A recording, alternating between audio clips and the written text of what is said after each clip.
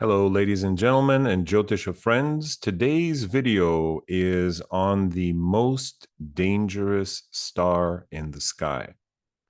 Now, what you see here next to me on this side is the star Betelgeuse. I'm only going to say it once, not to attract trouble. Betelgeuse or Betelgeuse or Betelgeuse, however you want to pronounce it, and I think the verdict is probably still not out, is a star that some scientists believe is going to go supernova very soon. But very soon in the annals of science and astrophysics is between now, today, and the next 100,000 years. Okay, so when they say very soon, that's the span.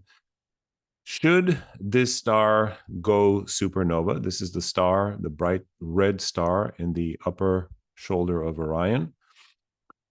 Should this star go supernova, it would have ramifications for us as astrologers and Jyotisha practitioners in the sense that it would be an omen. Or more than an omen, it would be an indicator that the nakshatra, the asterism associated with this star or yogatara, would become very active. And of course, those of you who know Vedic astrology know that this star is associated with Ardra nakshatra, even though technically by degree it doesn't fall exactly within the prescribed span of Ardra. So I've done videos on Ardra nakshatra on YouTube. You can find them, they're free. We've also done them in classes. We go into great depth and detail. And in fact, if you do want to go into greater depth and detail, there is none better than my partner Nadia's website, ardramoon.com, where you can learn not just about Ardra Nakshatra, but about all of the nakshatras in her 27 classes, one for each of the 27 nakshatras. And you can find them under classes. So let's see here. Testimonials. I wasn't planning on doing this, so I apologize. It's not pulled up for you, but all courses, here we go. Taking off with Jyotisha. It's actually within the Taking Off with Jyotisha curriculum, and all the nakshatras are there. If you want just the nakshatra classes, email her through this website. Anyway, back to the star. Now, Betelgeuse, Betelgeuse, is the yogatara of Ardra. Ardra is ruled by Rudra. Rudra is the combined wrathful energy of all of the divine beings. And there's lots of story about that because divine beings, you know, when you're at a very polite, posh sort of party, you want to show your best self, right? You never show your dark side, your angry side, your frustrated side, the side that has gas, this, you know, you keep it all, yeah, it's very proper, very proper.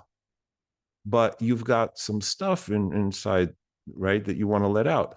So in a sense, Rudra is the accumulation of everyone's angst and anger and rightful vengeance against injustice. So it's a very powerful star. Its Shakti is Yatna or Prayatna Shakti, the power of self-effort, the power to get things done. But should this star go supernova, it would put Ardra on steroids, right? So it would mean that the world is ready for a true revolution, and it would be a once in the history of the world, all 4 billion years of this planet, it would be a singular event. So yeah, that would be a big deal. But that is not the star that is the topic of today's talk. Well, I guess it is because I'm talking about it, but I have another star in mind that is, for practical purposes, even more dangerous. And that star's name is Algol. Okay. It is the star Algol, which is, let's find Algol here. Represented, it's in the constellation Perseus by a cut off, severed head. Now, if you follow astrology and if you've if you're on YouTube, you've probably seen videos about Mars and Uranus coming conjunct with this star. And ladies and gentlemen, there are a number of astrologers who put two and two together, because the some of the meanings of the star Algol, which I'll talk about in a second, are very deep.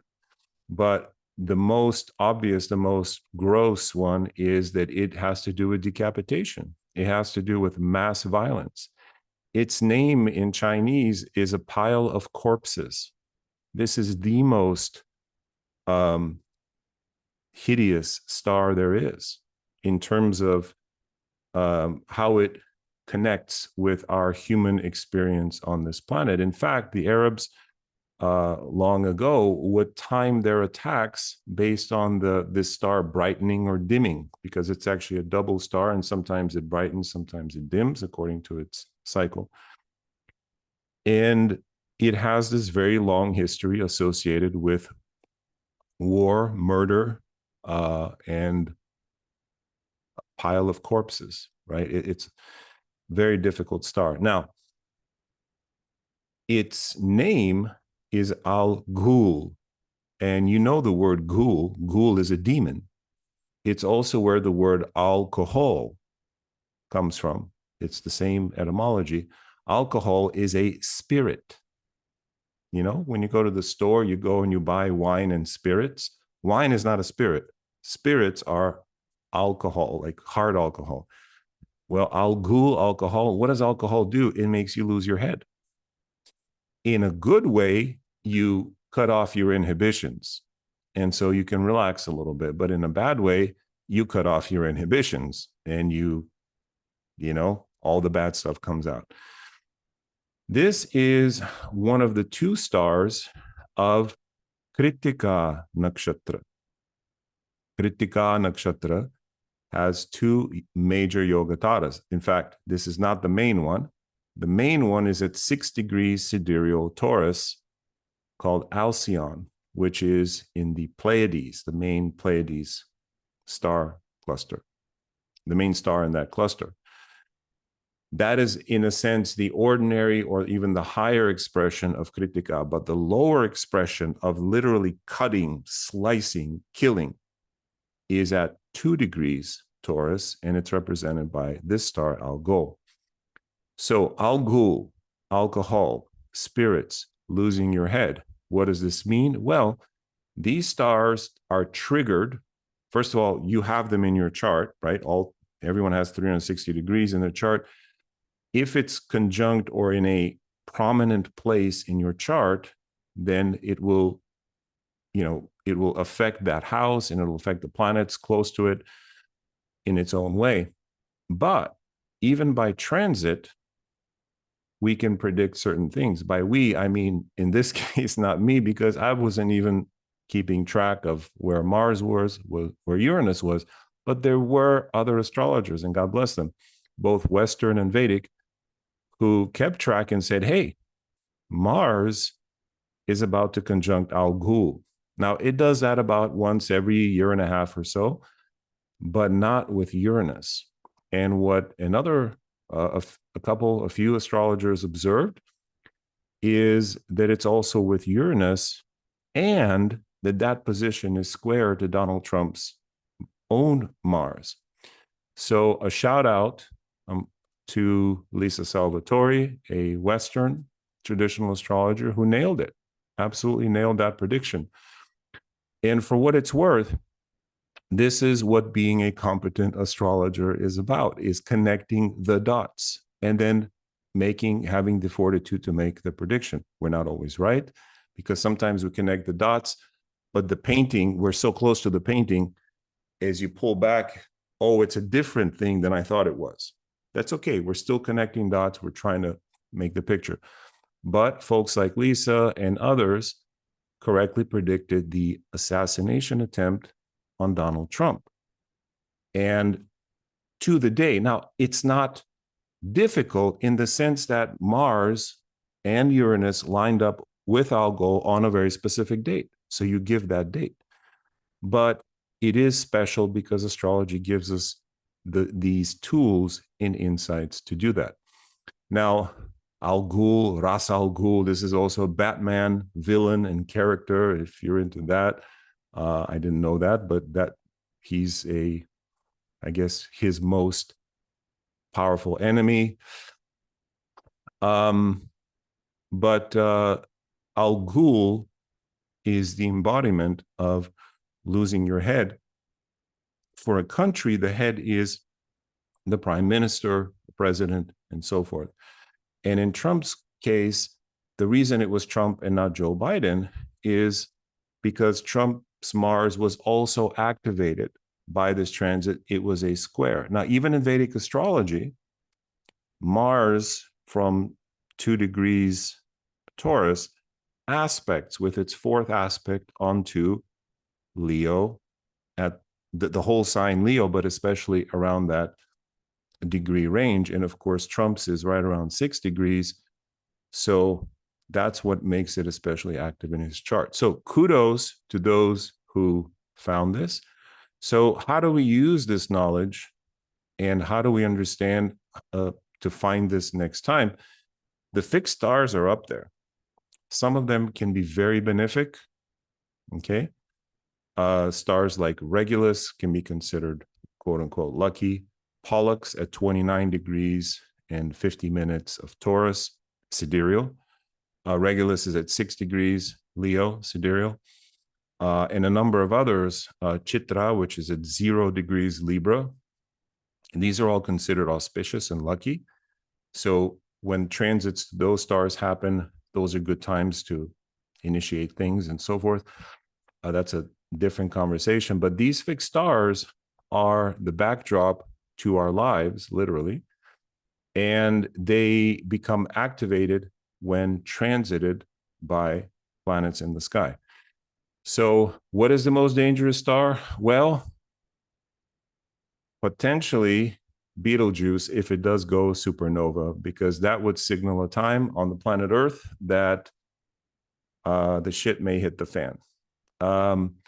But and hopefully this does not happen. Hopefully we don't witness Betelgeuse's supernova in this lifetime. I know astronomers want to see it. I don't want to see it ever. But for practical purposes, it is the star Algol, which is at 2 degrees Taurus sidereal and is the secondary marker star or Yogatara of Kritika Nakshatra. If you want to know the Yogataras for all the nakshatras and go really in depth into what each of the nakshatras means, again, check out Nadia's classes, ardramoon.com. They're the best and the most thorough, with the most thorough illustrations. Anyway, I'm really pitching this because I believe in it. So if you want to take your study to the next level, to the professional level, actually. So here's the thing. When you watch YouTube, it's great entertainment. You learn a few things, but never enough to take you to the level where you can become a professional too. Or rarely. You have to be a very special person to, stop videos, take notes, and so forth. Typically, that's best done in a class format where the teacher is transmitting that knowledge, even if it's through Zoom and through video. It's best one-on-one.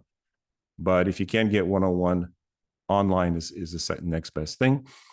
And in that format, they create a structure, they create an expectation, and then the knowledge sinks into you, and you can use it to help your life and the lives of others. All right, that's it. So what is the most dangerous star at the moment? Algol. And so if you want me to talk more about Yogataras in the future, I'm happy to do so. Meantime, I've got a ton of other videos on nakshatras and so forth on YouTube. Check those out, and we will see you in the next one. Hari Om.